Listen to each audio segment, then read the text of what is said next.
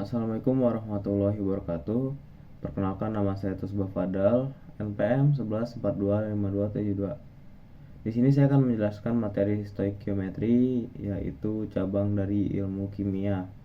Jadi stoikiometri adalah ilmu kimia yang mempelajari kuantitas yang terdapat di dalam suatu zat. Perhitungan stoikiometri dikerjakan dengan menyatakan kuantitas yang diketahui dan yang tidak diketahui. Terdapat beberapa konsep yang harus diketahui ketika mempelajari stoikiometri, mulai dari massa atom relatif, massa molekul relatif, konsep mol, dan molaritas. Semua harus dipahami. Next.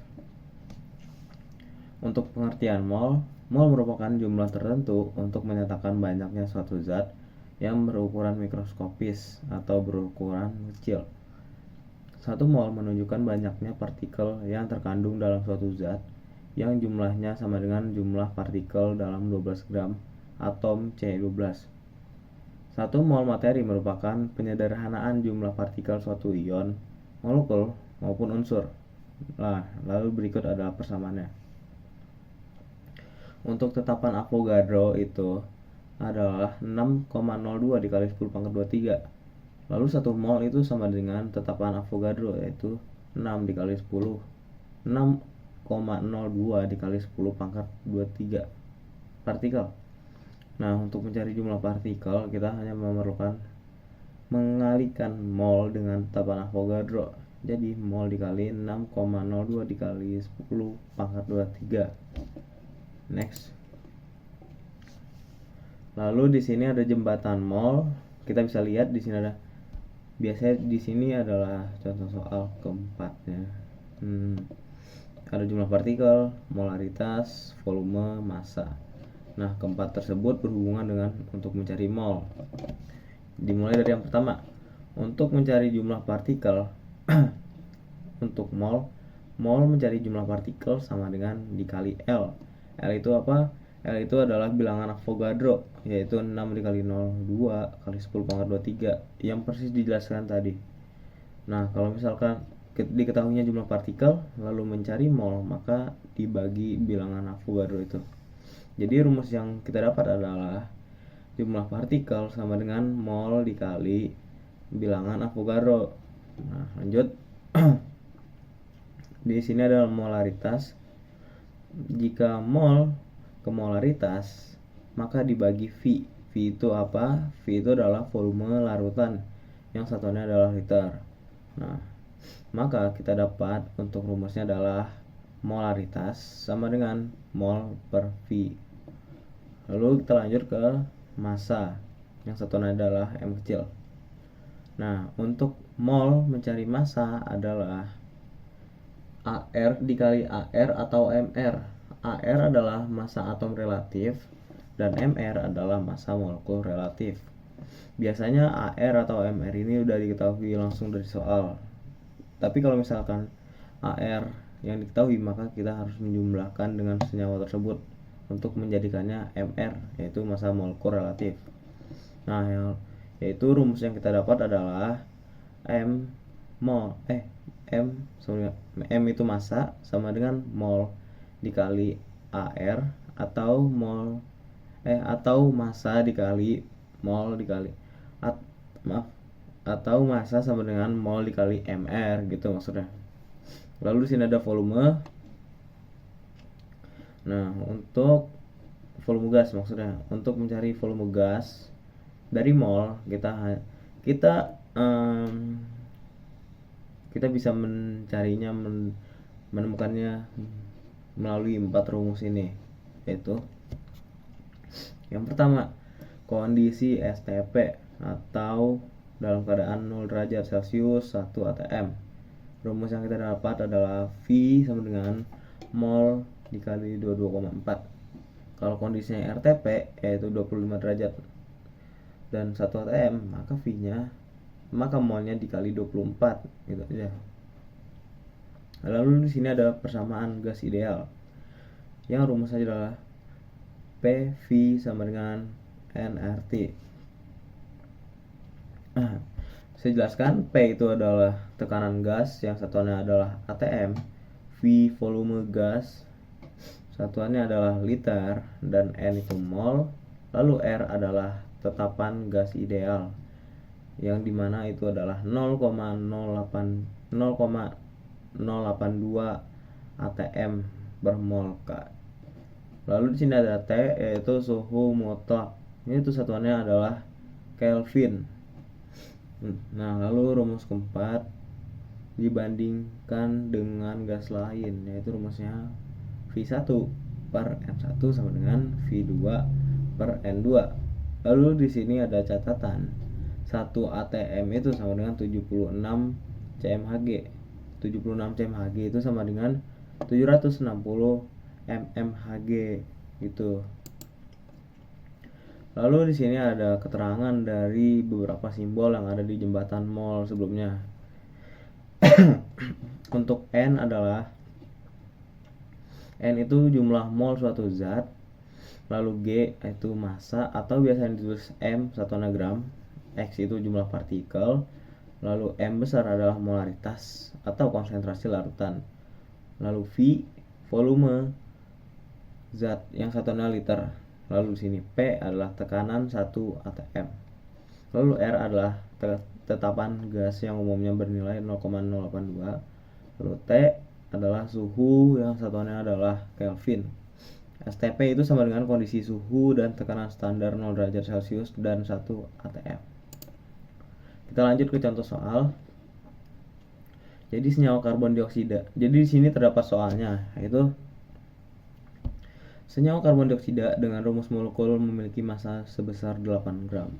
Berapa jumlah partikel dari senyawa karbon dioksida tersebut jika massa atom relatif unsur C sama dengan 12 dan massa atom relatif O sama dengan 16. Nah, jadi yang pertama-tama kita tulis diketahuinya terlebih dahulu. Untuk massa CO2-nya di sini diketahui di soal yaitu 8 gram. Lalu ARC 12, ARO 16. Nah, kita lanjut untuk menjadikannya MR dengan cara 12 ditambah 2 dikali 16. Kenapa 2 dikali 16? Karena 2 ini didapat dari senyawa O, makanya kita kali 2. Yang hasilnya adalah 44 gram per mol. Lalu bilangan Avogadro dari Na adalah 6,02 dikali 10 pangkat 23. Dan yang ditanya jumlah partikel molekul CO2. Nah, lalu cara penyelesaiannya, yang pertama-tama hitung jumlah mol pada senyawa CO2. Nah, tadi kan diketahui masanya 8 gram dan MR-nya udah dijumlahkan 44 gram. Jadi tinggal kita bagi 8 dibagi 44, yang hasilnya adalah 0,1818 mol. Lalu sudah diketahui molnya, maka kita tinggal hitung jumlah partikel dari CO2, yaitu jumlah partikel sama dengan mol dikali bilangan Avogadro, yaitu molnya dimasukin 0,1818 dikali bilangan Avogadro, yaitu 6,02 dikali 10 pangkat 23, yang hasilnya dimana adalah 1,95 dikali 10 pangkat 23. Nah, berikut adalah pembahasan saya mengenai materi stoikiometri. Assalamualaikum warahmatullahi wabarakatuh. Perkenalkan, nama saya Bintang. Saya dari kelompok 4. Di sini saya akan membahas materi saya sendiri, yaitu konsentrasi larutan. Larutan adalah campuran homogen antara zat pelarut dan zat terlarut. Biasanya zat pelarut itu lebih banyak, sedangkan zat larut itu lebih dikit. Arti homogen menunjukkan bahwa tidak ada kecenderungan zat-zat tersebut terkonsentrasi pada bagian-bagian tertentu membentuk satu fasa. Namun, zat tersebut menyebar secara merata di seluruh campuran. Jadi, si homogen ini adalah satu kesatuan yang membentuk satu fasa, yaitu zat-zat yang sudah menyebar secara merata di seluruh campuran. Lanjut, satuan konsentrasi larutan. Di sini ada molaritas. Molaritas adalah satuan yang menyatakan jumlah mol suatu zat dalam satuan liter larutan. Satuannya yaitu M besar sama dengan molaritas zat, V besar sama dengan volume larutan, N sama dengan mol suatu zat. Di sini ada molaritas, yaitu satuan yang menyatakan jumlah mol suatu zat dalam 1 kg larutan adalah molaritas. Jangan salah tulis ya, penulisan molaritas itu disimbolkan dengan huruf M kecil, sedangkan molaritas itu dengan huruf M besar. Satuannya M kecil sama dengan molaritas zat, N kecil sama dengan mol suatu zat, P kecil sama dengan massa pelarut. Sini ada normalitas. Normalitas dalam larutan adalah jumlah dari molekul ekuivalen yang didapat dari suatu zat tiap liter larutan tersebut. Sini ada satuannya yaitu Mr sama dengan massa molar, M molaritas, mol jumlah mol, L sama dengan volume larutan. Oke, kita lanjut. Ini ada fraksi mol. Simbolnya X. Fraksi mol adalah perbandingan dari jumlah mol suatu zat larut atau zat larut dengan jumlah mol total yang terdapat dalam sebuah larutan. Simbol fraksi mol dituliskan dengan huruf X kapital. Rumus dari fraksi mol sebagai berikut. Di sini ada rumus-rumus fraksi mol ya. Keterangannya satuannya itu XT sama dengan fraksi mol zat terlarut, XB sama dengan fraksi mol zat pelarut. NT sama dengan mol zat terlarut, NB sama dengan mol zat pelarut. Sini ada contoh rumusnya yaitu kadar zat terlarut sama dengan persen. Persen sama dengan gram per massa zat terlarut tambah massa zat pelarut.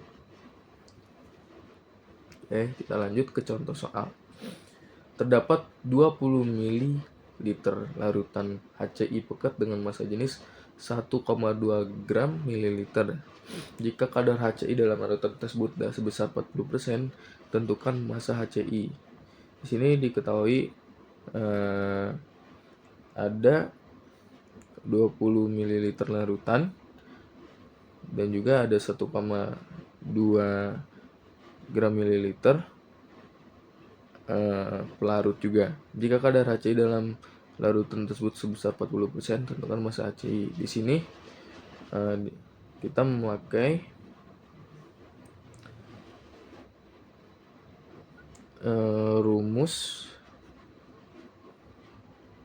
rumusnya yang M sama dengan N per V. Jadi diketahui kan M-nya itu 20 mili, volumenya itu 1,2 gram mililiter. Jadi 20 dikali 1,2 gram mililiter sama dengan 24 gram. Kemudian si HCI-nya itu dikali dengan HCl yaitu 40% dikali 24 sama dengan 9,6 gram. Jadi massa HCl tersebut adalah 9,6 gram. Kita lanjut soal. Sebanyak 100 ml larutan gula 2 mili akan dibuat menjadi larutan gula 0,25 molaritas. Sebanyak 100 ml larutan gula 2 molaritas akan dibuat menjadi larutan gula 0,25 molaritas. Tentukan volume larutan setelah diencerkan dan volume air yang harus ditambahkan.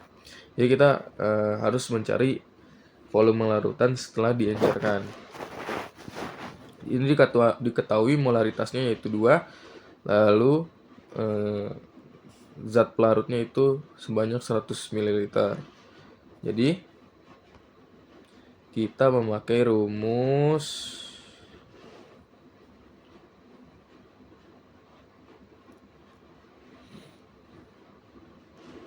nih, N sama dengan N dikali massa zat per mR x 1000 volume.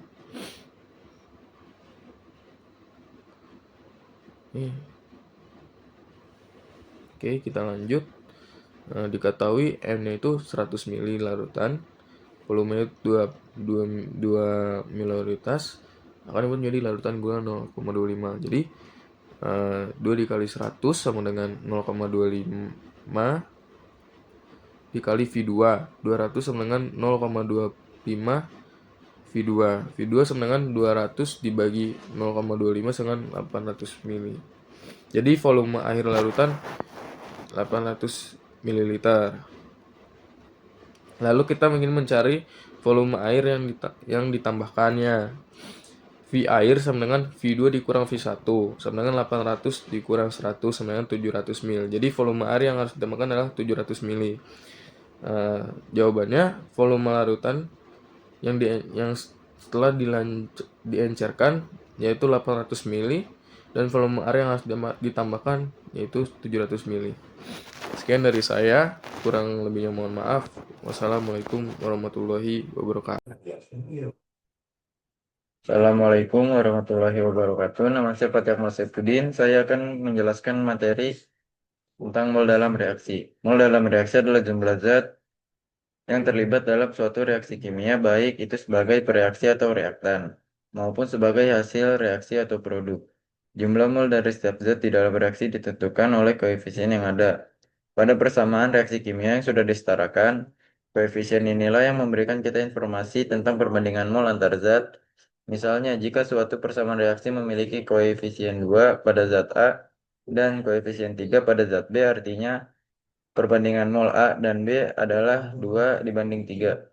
Jadi, konsep mol dalam reaksi membantu kita mengetahui berapa banyak zat yang bereaksi dan berapa banyak produk yang terbentuk berdasarkan hubungan stoikiometri dalam persamaan yang sudah setara. Ini adalah rumus mol dalam reaksi. Jika kita memiliki persamaan umum koefisien A, zat A ditambah koefisien B zat B sama dengan koefisien C zat C ditambah koefisien D zat D. Maka perbandingan mol antara zat dalam reaksi tersebut adalah jumlah zat A per koefisien A sama dengan jumlah zat B per koefisien B. Sama dengan jumlah zat C per koefisien C sama dengan jumlah zat D per koefisien D. Rumus ini menunjukkan bahwa jumlah mol setiap zat akan selalu sebanding dengan koefisien yang ada di persamaan reaksi. Artinya, meskipun jumlah mol yang bereaksi berbeda-beda, rasio perbandingannya tetap mengikuti koefisien pada persamaan reaksi yang sudah setara. Ini adalah contoh soal mol dalam reaksi. Diketahui reaksi 2H2 ditambah O2 menjadi 2H2O jika ada 4 mol H2, berapa mol H2 yang terbentuk? Kita menjawab menggunakan perbandingan mol. Perbandingan mol mengikuti koefisien NH2 per 2 sama dengan NH2O per 2. Diketahui NH2 sama dengan 4 mol. Jadi jawabannya kita memasukkan zat molnya ke dalam persamaan menjadi 4 per 2 sama dengan NH2O per 2. Jadi 2 dikali 4 per 2 sama dengan NH2O per 2 dikali 2. Jadi 4 per NH2O per 2 dikali 2. Kita pindah ruaskan 4-nya. Menjadi NH2O sama dengan 2 dikali 4 per 2. Hasilnya menjadi NH2O sama dengan 4. Sekian dari saya. Wassalamualaikum warahmatullahi wabarakatuh.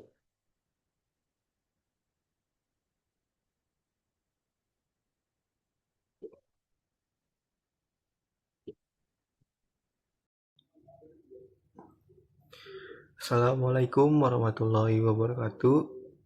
Nama saya Raffi Widodo dari kelas 1 IB02 kelompok 4. Kali ini saya akan membawakan materi hukum Boyle.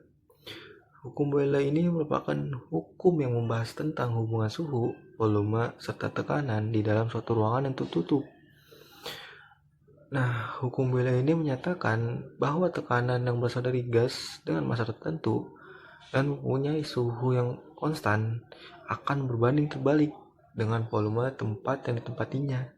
Artinya, volume dan gas itu saling berbanding terbalik ketika suhu dan juga jumlah gasnya dijaga secara konstan.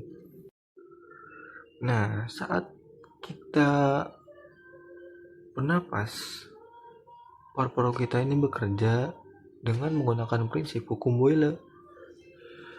Nih, di gambar sebelah kiri, ini saat kita menghirup udara paru-paru kita kan otomatis mengembang.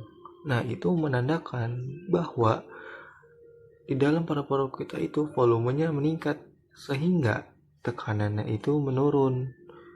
Nah, di gambar sebelah kanan ini berbanding terbalik dari gambar sebelah kiri. Saat kita menghembuskan napas, itu menandakan bahwa dalam paru-paru kita volumenya itu mengecil, tekanannya malah berbalik, jadi meningkat dia. Nah, selanjutnya ini ada rumus hukum Boyle. Hukum Boyle ini bisa dinyatakan dalam sebuah rumus, yaitu P dikali V sama dengan konstanta, atau P1 dikali V1 sama dengan P2 dikali V2, yang mana P1 nya itu tekanan awal yang dikeluarkan gas, V1 nya itu volume awal dari tempat yang ditempati oleh gas, sama dengan P2 nya itu tekanan akhir yang dikeluarkan oleh gas, V2 nya itu volume akhir yang ditempati oleh gas. Nah, di sini ada contoh soal. Dalam sebuah jarum suntik terdapat udara dengan tekanan 200 kPa pada volume 10 ml. Jika pelungar ditekan hingga volume menjadi 5 ml, berapa tekanan udara dalam suntikan? Nah, di sini yang diketahuinya itu ada P1, tekanan awalnya, yaitu 200 kPa. Terus selanjutnya itu ada volume awalnya, yaitu 10 ml. Selanjutnya yang diketahui juga ada volume akhir 5 ml. Jadi yang ditanya itu P2, tekanan akhirnya berapa dalam suntikannya itu. Nah, di sini kita menggunakan rumus yang tadi, P1 dikali V1 sama dengan P2 dikali V2. Kita jabarin 200 kPa dikali 10 ml sama dengan P2 dikali 5 ml. Nah, supaya 5 ml yang sebelah kanannya ini bisa pindah ke kiri, maka kita jadi bagi 5. Setiap persamaannya kita bagi 5. Jadi 200 kPa dikali 10 ml per 5 ml sama dengan P2 dikali 5 ml per 5 ml. Nah, ini yang 5 ml, P2 dikali 5 ml per 5 ml bisa kita hapus 5 ml nya, kita bisa hapus, kita coret lah. Jadi sisa 200 kPa dikali 10 ml per 5 ml sama dengan P2. Nah, di sini kita coret, bisa kita coret yang 5 sama 10 nya, jadi sisa 2. Berarti 200 kPa dikali 2 sama dengan 400 kPa. Nah, ini menandakan bahwa tekanan akhir dalam suntikannya itu ada di 400 kPa. Nah, di sini ada soal latihan. Gas dengan volume awal 500 ml dan tekanan 760 mm air raksa mengalami perubahan tekanan menjadi 380 mm air raksa. Hitung volume gas setelah perubahan dengan suhu tetap.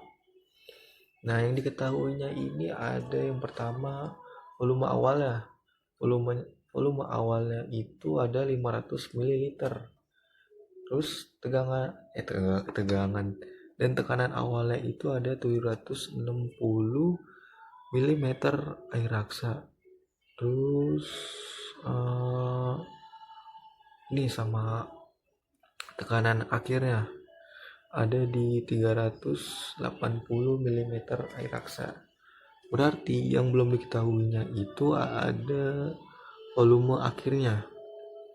Jadi kita jabarin 760 mm air raksa dikali 500 ml sama dengan 380 mm air raksa dikali V2.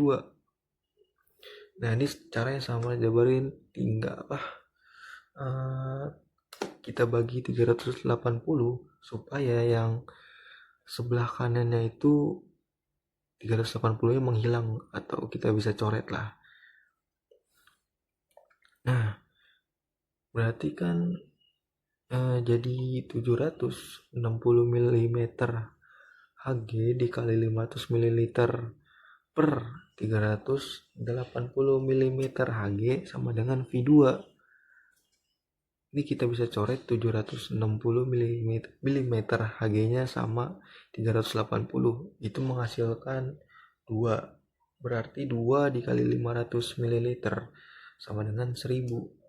Nah, berarti volume dalam gas tersebut setelah perubahan itu menghasilkan 1000 ml. Sekian yang bisa saya sampaikan. Wassalamualaikum warahmatullahi wabarakatuh. Perkenalkan, nama saya Junando Valentin Daun, NPM saya 104255711. Nah, di sini saya akan menjelaskan tentang hukum Charles. Nah, hukum Charles menyatakan bahwa pada tekanan tetap volume gas ideal bermassa tertentu berbanding lurus terhadap temperaturnya. Terus hukum Charles menghubungkan suhu gas dan volume dan menahan tekanan. Volumenya menahan tekanan. Nah, terus hukum-hukum ini disebut juga hukum gas ideal karena merupakan pendekatan terhadap persamaan gas ideal termodinamika gas nyata dalam kisaran suhu dan tekanan yang lazim. Nah, keterangan di sini kan ada rumusnya V1 per T1 sama dengan V2 per T2. Nah, keterangannya V1 adalah volume awal gas, T1 suhu awal gas, V2 terus V2 volume akhir gas perubahan suhu, terus T2 suhu akhir gas setelah perubahan suhu. Nah, pada penjelasan pada gambar yang di PPT, pada saat suhu rendah yang sebelah kiri, balon tampak kempis atau mengecil. Kenapa begitu? Karena suhu menurun, volume gas di dalam balon mengecil. Terus saat suhu tinggi ada di sebelah kanan, balon tampak lebih besar. Kenapa begitu? Karena suhu meningkat, volume gas di dalam balon bertambah. Nah, kesimpulannya adalah balon digunakan sebagai ilustrasi bahwa jika suhu naik, volume gas bertambah. Kalau suhu turun, volume gas berkurang. Nah, di sini ada contoh soal. Diketahui sebuah gas memiliki volume awal sebesar V dengan volume akhir sebesar 4V. Nah, sementara itu, gas tersebut memiliki suhu sebesar T. Berapakah suhu akhir dari gas tersebut? Ini yang dicari, suhu akhir. Terus cara penyelesaiannya yaitu dengan mengukur hukum Charles. Nah, masukin tadi rumus yang V1 per T1 sama dengan V2 per T2. Nah, diketahui V1 sama dengan V, V2 sama dengan 4V, T1 sama dengan T, T2 sama dengan, nah, itu kan yang harus dicari.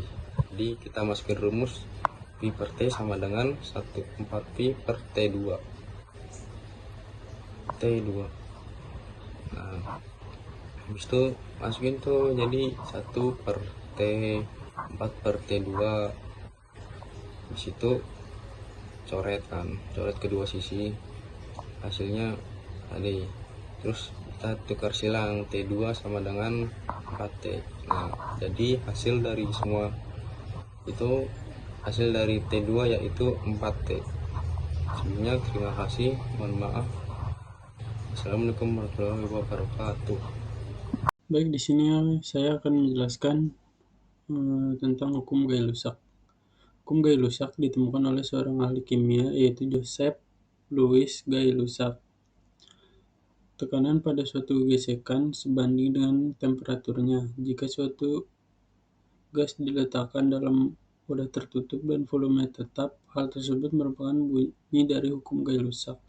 Hukum Gay-Lussac menyatakan jika volume gas dalam bejana tertutup dipertahankan konstan, tekanan gas akan sebanding suhu absolutnya. Gas menjadi dua keadaan setimbang yang berbeda dan pada volume tetap. Pada slide selanjutnya di sini ada rumus hukum Gay-Lussac, yaitu P per T sama dengan NR per V atau P1 per T1 sama dengan P2 per T2. P di sini tekanan gas, V volume gas, N jumlah mol gas, R konstanta gas ideal, T1 temperatur gas ke-1, T2 temperatur gas kedua, P1 tekanan gas kondisi ke-1, P2 tekanan gas kondisi kedua. Untuk slide selanjutnya contoh soal ya. Ada contoh soal di sini diketahui sebuah gas memiliki tekanan awal sejumlah P, sementara suhu awalnya adalah T. Kemudian gas tersebut mengalami perubahan tekanan menjadi 6P. Berapa suhu gas tersebut sekarang? Ini menggunakan rumus yang tadi ya. P1 per T1 sama dengan P2 per T2. Pada proses pemanasan gas dengan volume tetap, hubungan antara tekanan dan suhu dijelaskan oleh rumus awal hukum Gay-Lussac, yaitu P1 per T1 sama dengan P2 per T2. Dengan memasukkan kondisi soal, tekanan awal sebesar P pada suhu T berubah menjadi 6P pada suhu T2. Ketika nilai ini dimasukkan ke dalam rumus awal, diperoleh perbandingan P per T sama dengan 6P per T2. Agar kedua sisi persamaan tetap bernilai sama, kenaikan tekanan harus diikuti oleh kenaikan suhu dengan faktor yang sama. Karena tekanan meningkat 6 kali lipat dari P menjadi 6P, maka suhu juga harus meningkat 6 kali lipat dari T. Dengan demikian diperoleh T2 sama dengan 6T. Kesimpulannya, peningkatan tekanan 6 kali lipat pada volume tetap menyebabkan suhu gas meningkat 6 kali lipat pula. Di sini ada latihan soal. Dalam bejana tertutup, terdapat gas bersuhu 27 derajat Celcius. Pada suhu berapakah tekanan berubah menjadi 2 kali semula? Ini cara pengerjaannya. Gunakan rumus hukum Gay-Lussac, P1 per T1 sama dengan P2 per T2. Ubah suhu awal ke Kelvin. T1 sama dengan 27 derajat Celcius ditambah 273 sama dengan 300 Kelvin. Masukkan perubahan tekanan menjadi 2 kali semula sehingga P2 sama dengan 2P1. Substitusi ke rumus. P1 per 300 sama dengan 2P1 per T2. Hilangkan P1 karena sama di kedua sisi. Nih. Menjadi 1 per 300 sama dengan 2 per T2. Hitung suhu akhirnya T2 sama dengan 2 dikali 300 sama dengan 600 Kelvin. Ubah kembali ke Celcius. T2 sama dengan 600 dikurang 273 sama dengan 327 derajat Celcius. Jawaban akhirnya T2 sama dengan 327 derajat Celcius. Ya, itu saja penjelasan dari saya. Wassalamualaikum warahmatullahi wabarakatuh. Assalamualaikum warahmatullahi wabarakatuh. Saya Muhammad Fadli dari kelompok 4. Di sini saya akan membawakan materi saya yang kemarin, yaitu hukum Avogadro. Hukum Avogadro. Hukum Avogadro dirujuk sebagai hipotesis Avogadro atau prinsip Avogadro. Adalah suatu hukum gas eksperimen yang mengaitkan volume gas dengan jumlah zat gas tersebut. Bunyi hukum Avogadro yaitu semua gas yang memiliki jumlah volume yang sama di bawah tekanan dan suhu yang sama memiliki jumlah partikel atau molekul yang sama pula.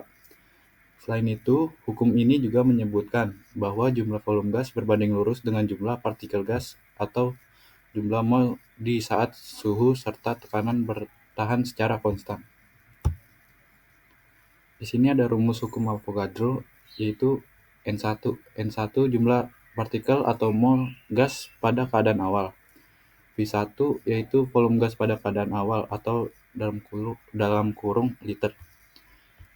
N2 adalah jumlah partikel atau mol gas pada keadaan akhir. V2 volume gas pada keadaan akhir atau dalam kurung liter. Oke, di sini ada contoh soal. Misalnya 2 mol gas menempati volume 4 liter. Berapa volume yang akan ditempati jika jumlah gas ditambah menjadi 4 mol dengan tekanan dan suhu tetap? Karena tekanan dan suhu tetap, maka berlaku hukum Avogadro V berbanding lurus dengan N. Volume berbanding lurus dengan jumlah mol gas. Nah, di sini diketahui N1-nya itu 2 mol, V1-nya 4 liter, dan N2-nya 4 mol. Yang ditanya itu adalah V2. V2 itu adalah volume gas pada keadaan akhir. Oke, di sini ada rumusnya itu V1 per N1 sama dengan V2 per N2. Jadi V1-nya adalah 4 per N1-nya adalah 2 sama dengan V2 per 4. Jadi 4 dibagi 2 sama dengan 2 sama dengan V2 per 4. Jadi V2-nya sama dengan 2 dikali 4. Jadi volume gasnya 8 liter. Jadi di sini ada soal latihan. Suatu gas sebanyak 3 mol menempati volume 6 liter. Jika jumlah gas ditambah menjadi 5 mol, berapakah volume baru yang akan ditempati gas tersebut? Karena volume gas berbanding lurus dengan jumlah mol gas, sehingga V1 per N1 sama dengan V2 per N2. Jadi diketahui jumlah partikel atau molnya yaitu 3 mol. V1-nya atau volume gas pada keadaan awalnya sama dengan 6 liter. N2-nya jumlah partikel atau mol gas pada keadaan akhir yaitu 5 mol. Yang ditanya V2. V2 itu adalah keadaan akhir atau liter. Oke, di sini V1-nya itu 6 per 3 sama dengan V2 per 5. Sama dengan 6 di 3 yaitu adalah 2 sama dengan V2 per 5. Pada tahap ini kita ingin mencari V2, namun V2 masih berada di pembilang pecahan per 5. Untuk menghilangkan pembagian 5, kita lakukan kebalikan operasi, yaitu mengalihkan 5. Agar persamaan tetap seimbang, kedua sisi harus dikalikan 5. Jadi karena 5 di pembilang dan 5 di penyebut saling menghilangkan, jadi 2 kali 5 ini menjadi 10 sama dengan V2. Karena 5 dan 5 ini dicoret. Jadi V2 sama dengan 10 liter. Jadi volume gas tersebut jumlahnya menjadi 5 mol adalah 10 liter. Mungkin itu saja yang bisa saya sampaikan dari saya. Wassalamualaikum warahmatullahi wabarakatuh.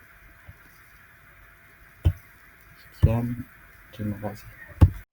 Assalamualaikum warahmatullahi wabarakatuh. Nama saya Syarifun Nafas Sofarul Rizky dengan NPM 1142524 dari kelas 1 IB 02. Nah, di sini saya akan menjelaskan tentang materi yang saya bawakan di minggu yang lalu itu tentang gas ideal. Jadi pada slide pertama ini saya akan menjelaskan apa itu gas ideal. Jadi gas ideal itu ibarat gas versi paling kecil atau paling sederhana. Jadi partikel-partikel kecilnya itu jaraknya sangat jauh dan bergeraknya pun bebas ke segala arah. Kalaupun mereka bertabrakan, tabrakannya itu disebut sebagai tabrakan sempurna. Jadi apa itu artinya? Apa itu arti dari tabrakan sempurna? Tabrakan sempurna itu adalah tabrakan yang tidak menghilangkan energi dari molekul tersebut.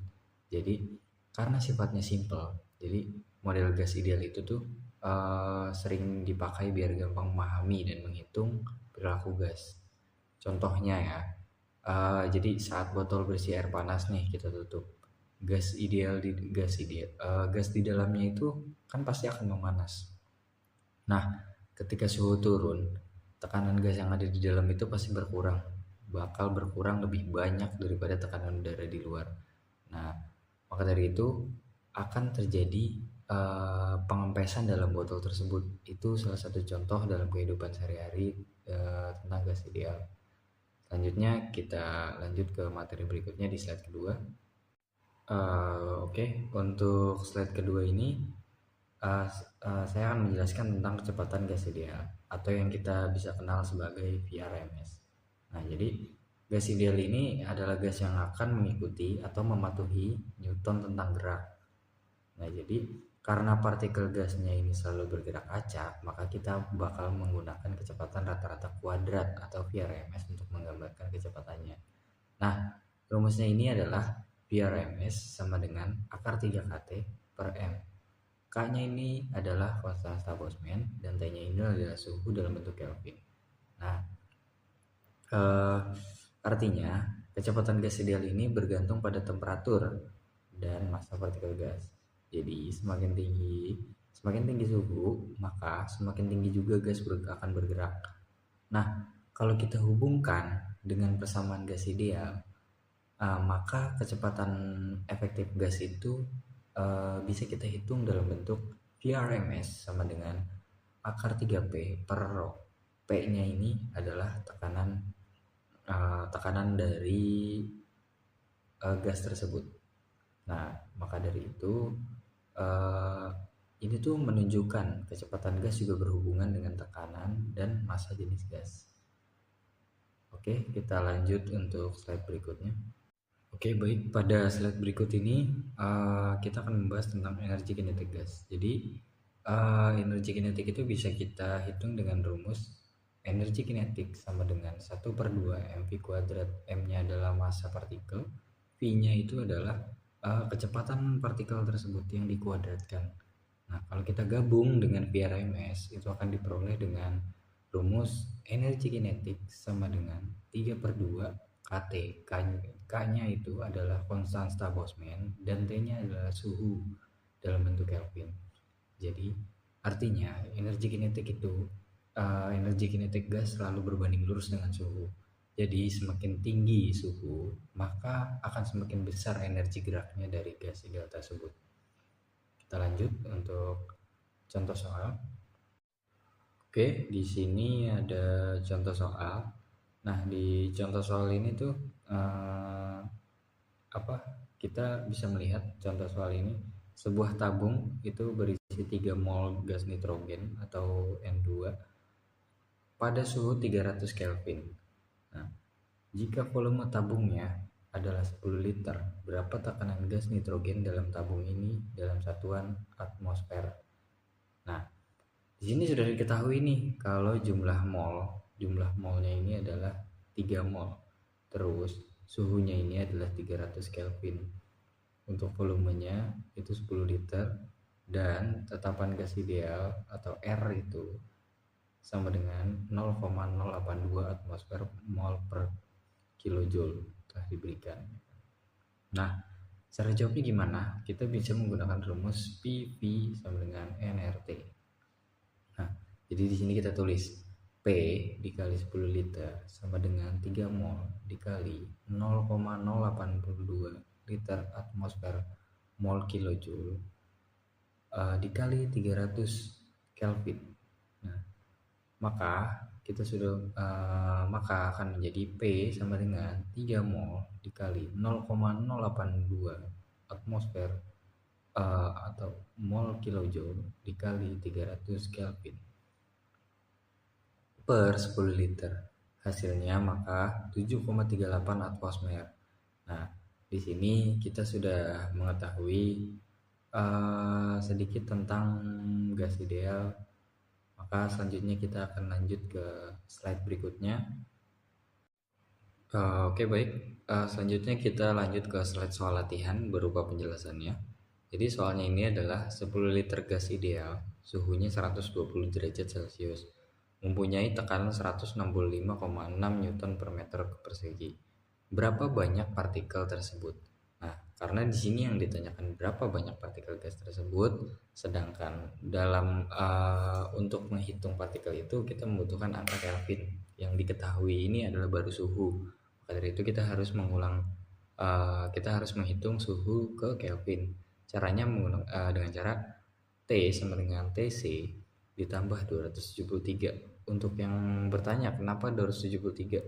Karena 273 itu adalah 0 mutlak atau absolute zero dari Kelvin. Nah, maka kita lanjut. T sama dengan 127 ditambah 273 sama dengan 400 Kelvin. Nah, karena kita sudah mengetahui nilai dari suhu ke Kelvin, kita bisa menghitungnya ke langkah berikutnya menggunakan rumus N sama dengan PV per KT. P-nya adalah tekanan, V-nya adalah volume, dan K-nya ini adalah konstanta Boltzmann, T-nya adalah suhu dalam bentuk Kelvin. Nah, bagaimana sih substitusi nilai yang bisa kita ketahui dari menggunakan rumus tersebut? Yang pertama adalah N sama dengan 165,6 Newton per meter persegi dikali 10 kali 10 pangkat min 3 meter kubik.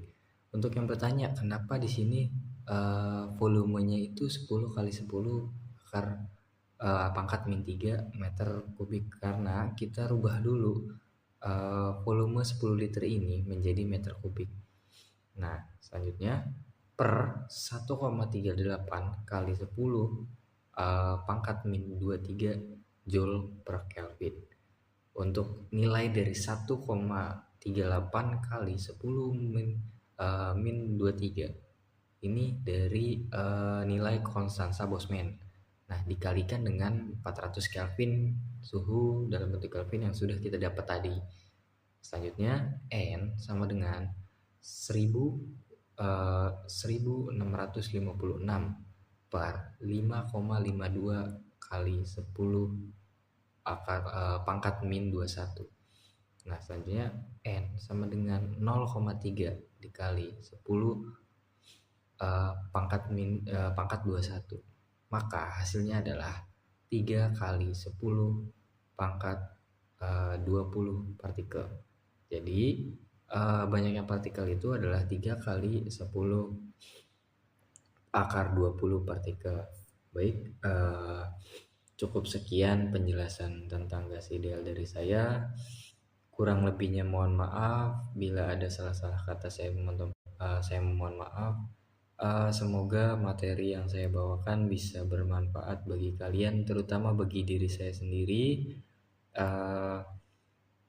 Cukup sekian presentasinya. Wabillahi taufiq wal hidayah. Wassalamualaikum warahmatullahi wabarakatuh.